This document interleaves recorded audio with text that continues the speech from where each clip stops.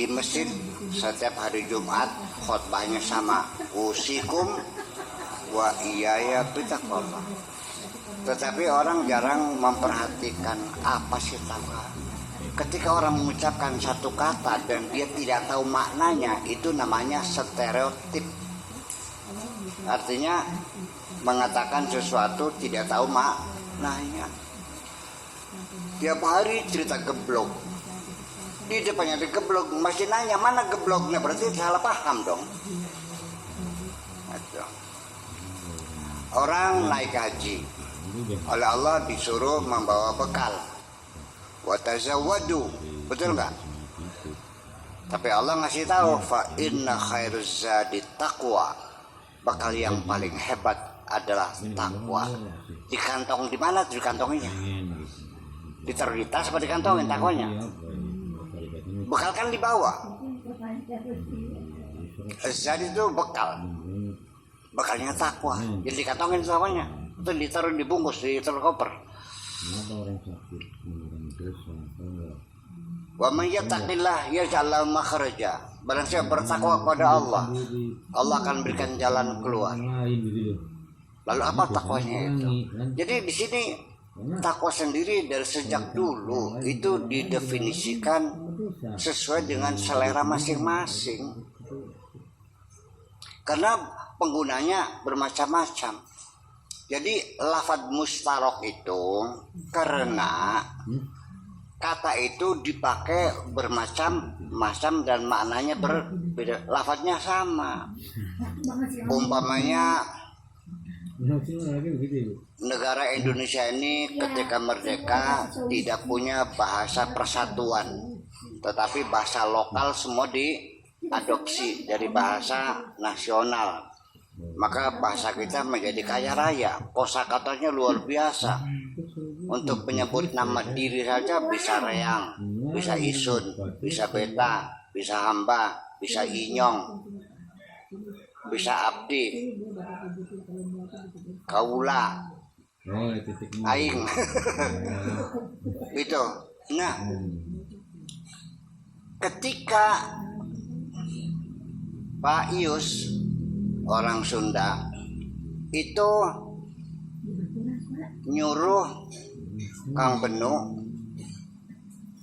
tolong dah iya Kang, iya di mobil dicokot. Kalau Pak Yus bilang suruh nyokot mobil, itu mananya pasti bukan digigit kan, tapi diambil. Tetapi ketika nyokot tempe bisa dimakan, bisa itulah persoalannya. Itu tempe di dapur dicokot ya, digegel bisa dibawa juga bisa. Itu namanya lafadz mustarok. Nah itulah nasib kalimat takwa seperti itu. Makanya kita melihat dulu yuk umat Islam di dunia, karena melalui kitab kudin yang kita baca itu seperti definisi yang baku bahwa takwa itu adalah al-imtitsalu li awamirihi wal ijtinabu an nawahihi, melaksanakan segala perintah Allah dan menjauhi segala larangan Allah. Itu persoalan. Yang jadi pertanyaan ialah, mungkinkah ada orang yang sanggup melaksanakan segala perintah Allah dan menjauhi segala larangan Allah? Apalagi kita, malaikat saja ada penyangkalan kok. Malaikat pernah menyangkal kok. Percaya enggak? Malaikat juga pernah menyangkal.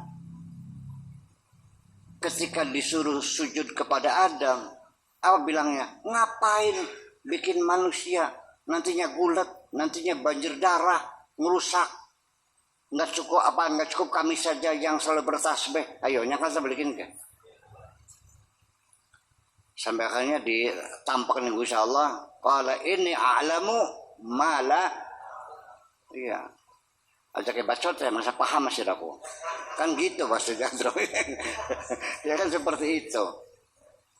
Nah, jadi kan tidak mungkin ada. Padahal di dalam Al-Quran sendiri Allah menjelaskan Di ayat surat pertama setelah Fatihah namanya surat Al-Baqarah. Dzalikal kitabu la raiba fi hudan. Kitab itu Alkitab, bukan Al-Quran ya, Alkitab ya. Kalau Al-Quran kan hudan linnas.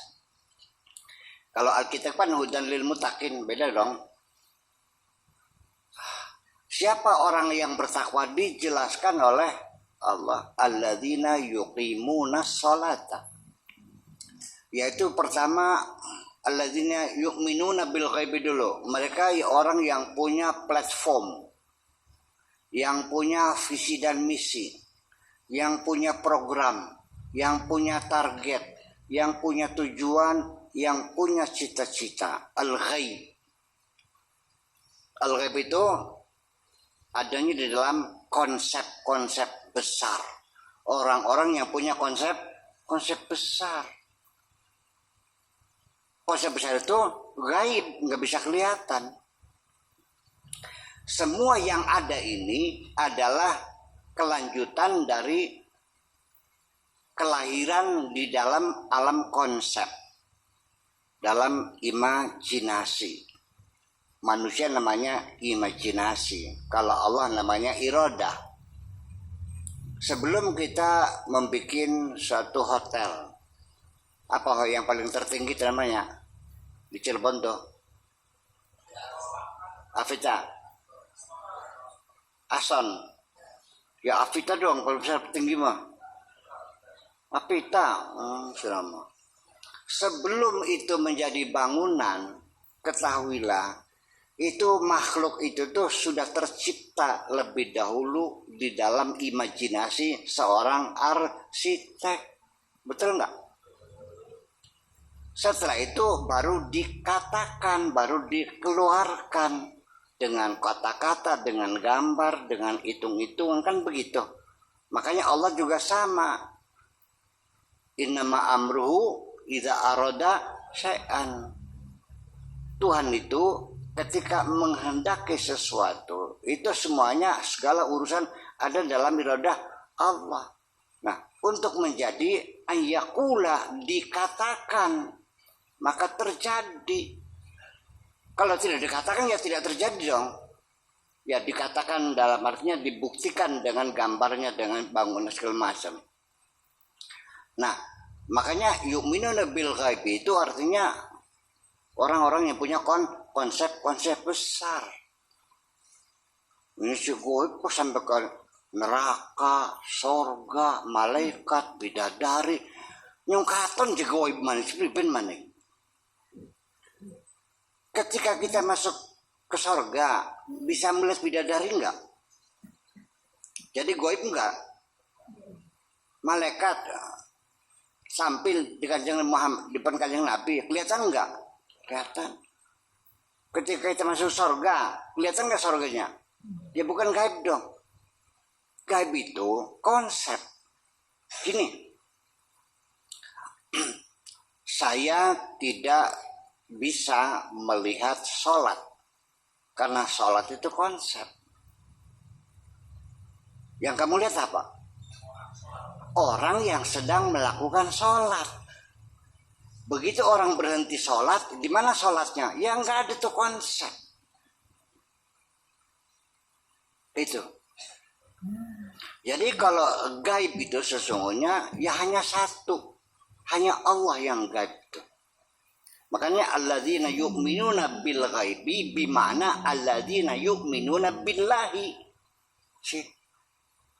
Sekarang saya nanya, kalau orang tidak percaya pada bidadari, ayo murtad enggak? Enggak. Ya kan, gimana? Ya itulah makanya penafsirnya begitu. Sudah, satu. Wa yuqimuna sholata, dan berkomunikasi secara intensif dengan masyarakatnya. Ketemu sehari 5 kali, minggu sekali rapat bersama. Ada orang hajatan datang, orang sakit takziah, itu berkomunikasi. Jadi orang yang bertakwa itu orang yang punya keyakinan yang kokoh, punya ideologi, punya konsep, punya cita-cita, ya kan? Bukan kayak pedet ke gawang garu. Dan terus dikomunikasikan. Wa mimma razaqnahum yunfiqun, yang ketika orang takwa itu dermawan, bagi-bagi duit. Bakal medit mah beli ngantel pinggir. Mana mungkin ada bertakwa medit. Nah, saya serem. Nyeketem bekan kan. Kalau mau sodako, gue tuh kan kalau kadang pesakan dong itu. Dicait sih. Ya itu. Terus setelah itu, wa mimma razaqnahum yunfiqun wallazina yu'minuna bima unzila ilaika wa ma unzila min qablik, dan juga bertoleransi dengan agama-agama lain. Bukan membenci dan membantai, tidak. Bertoleransi. Dan walladzina wa bil akhirati hum yuqinun, itu orang yang punya program jangka panjang. Jadi persoalan saya sekarang, ini definisi takwa menurut ulama. Ini Allah menerangkan takwa seperti itu. Ayo milih siapa? Milih ulama atau milih Allah? Sing dua surga siapa? Ya us. Iya kan gitu. Jadi definisi itu, itulah makanya kalau yang tahu, sholat saja begitu didefinisikan. Sok ayo sholat kayak apa? Diuji aja dulu, benar atau tidak definisi itu. As-sholatu yaitu af'alun wa aqwalun muftatahatun bitakbir wa muhtatamatun taslim. Perbuatan, perkataan diawali takbir, ditutup dengan, kalau ada orang naik mimbar takbir Allahu Akbar, saudara-saudara kalian tudang-tuding, terus terakhir wabillahi hidayah, assalamualaikum warahmatullahi wabarakatuh. Salat bukan? Itu kan persoalannya, kita uji aja terus. Iya, jadi mesti ditinjau ulang. Tapi awas, tata keramanya kita ini dalam beragama nih, jangan menyalahkan orang yang terdahulu. Paham begini ke? Kita ini bukan menyalahkan, kita menyempurnakan. Orang bikin HP, masih ada kekurangan, disempurnakan, boleh enggak? Ya gitu maksudnya. Bukan menghina, menyalahkan, jangan salah paham. Nah ini orang belum paham, ketika saya mengkritisi Imam Syafi'i dianggapnya ngece. Ini beli paham, beli enggak? Ada ngomong keding nggak sih Ram? Ya gitu. Nah itulah mana takwa. Tetapi pada asal katanya bahwa takwa itu lughatan itu min asal waqayaqi wiqayatan. Wiqayatu mananya tindakan preventif. Maka dalam peribahasa al-wiqayatu khairum minal ilaj. Preventif itu lebih baik daripada kuratif. Mencegah jangan sampai sakit lebih baik daripada mengobati setelah sakit. Ya lalai iya ya duitnya ongkop boleh. Nah makanya sikap bertakwa itu adalah orang yang punya sikap kehati-hatian. Jadi ketika orang itu keluar dari rumah dalam keadaan gelap gulita, balik lagi ke rumah ngambil baterai, itulah satu bukti ketakwaan. Paham nggak?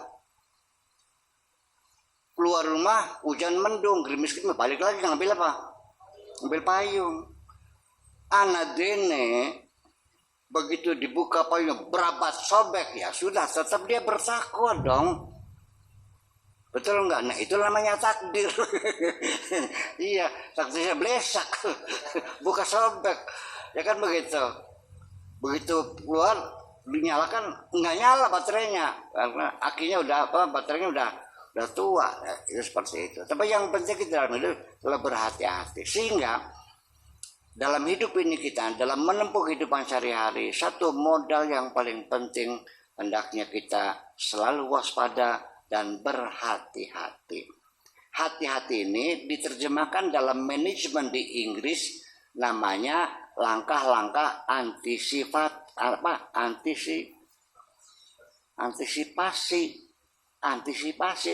Kalau begini nanti gimana? Oh, begini selesaikannya. Kalau begini nanti begini, sampai 5 lapis gitu. Nah itu orang yang berhasil. Umpamanya kita mengadakan muludan, karena kita take for granted langsung di lapangan kan gitu. Lah nggak usah hujan, ini kan bulan Agustus, mana mungkin hujan. Oke, tiba-tiba berhujan, bubar kan, gagal kan.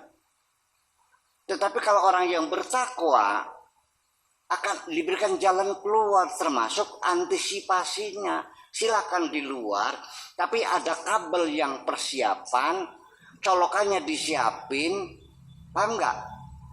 Begitu berhujan langsung masuk ke dalam masjid, langsung cek cek cek cek, langsung berlanjut, tidak berubah caranya, paham itu? Jadi kalau ingin berhasil, cobalah Anda berhati-hati membuat program apapun harus ada langkah-langkah antisipasi. Itu sih persoalannya. Dan orang yang paling hebat di dunia dalam melakukan antisipasi itu orang Inggris termasuknya. Daripada kita mah PPK namanya, nggak sih PPK? Iya gampang tuh, lah sih akhirnya bubar sudah. Jadi begini, antisipasi kalau hujan bagaimana? Kira-kira kurang dari 5 menit acara tidak berubah, kan begitu namanya, betul nggak? Nah itulah makanya wa may yattaqillah. Jadi saya ingin mengatakan ya ayyuhalladzina amanu taqullah. Ittaqullah itu takut kepada Allah, bertakwa kepada Allah. Ini adalah idiom, makna idiom. Ittaqullah itu maknanya berhati-hati. Kita sedang rerasan, sedang menceritakan kejelekan orang. Tiba-tiba yang sedang kita bicarakan datang, tutup baskom. Tutup baskom. Artinya apa? Bukan ke dapur saya tutup baskomnya, bukan artinya. Nah, ittaqullah itu artinya berhati-hatilah maknanya. Ittaqullah itu maknanya berhati. Ya ayyuhalladzina amanu taqullah, wahai orang beriman berhati-hati, itu maknanya begitu. Bukan bertakwa kepada Allah ya nggak jelas. Bukan melaksanakan segala, bukan berhati-hati seperti itu. Jadi, nah tetapi untuk anak muda saya ada tafsiran khususnya. Wa may yattaqillah, barang siapa yang berhati-hati, yang waspada, artinya sudah masa puber, gairah seksual muncul, rasa cinta kepada ceweknya sudah muncul, kan begitu. Selagi engkau tetap bertakwa, ya kan gitu, tidak melacur, tidak jajan, ya kan gitu. Yaj'allahu makhraja, energi yang berlebihan dalam dirimu itu akan dicarikan jalan keluar oleh Allah, namanya ihtilam. Ihtilam itu keluar mani dalam mimpi, dudung ngibik metu mani, salah pahaman Islam. Maka ngimpi metu mani berarti beli metu ngimpi baik ya. Gara-gara kang syukur kepada muka heran gitu. Iya, ngimpi metu mani nih jarang ngimpi kan gitu. Nah, percayalah, tahan dirimu, jangan pernah jajan, jangan pernah melacur, jangan pernah maksiat, bertakwalah. Masih mending kamu cari kesibukan, ya belajar yang banyak, olahraga dan sebagainya. Jangan ropas. Kalau perlu dengan puasa kan begitu ya. Tertekan, nanti Allah akan dikeluarkan oleh Allah. Rutin seminggu 2 kali ngimpinya. Kamu libur apa kerjanya? Nah, begitu sekali Anda melacur, jajan, kan gitu, main kecangkingan sekali aja, sejak Anda berzina selesai. Sejak itu tidak mungkin Anda ngimpi lagi.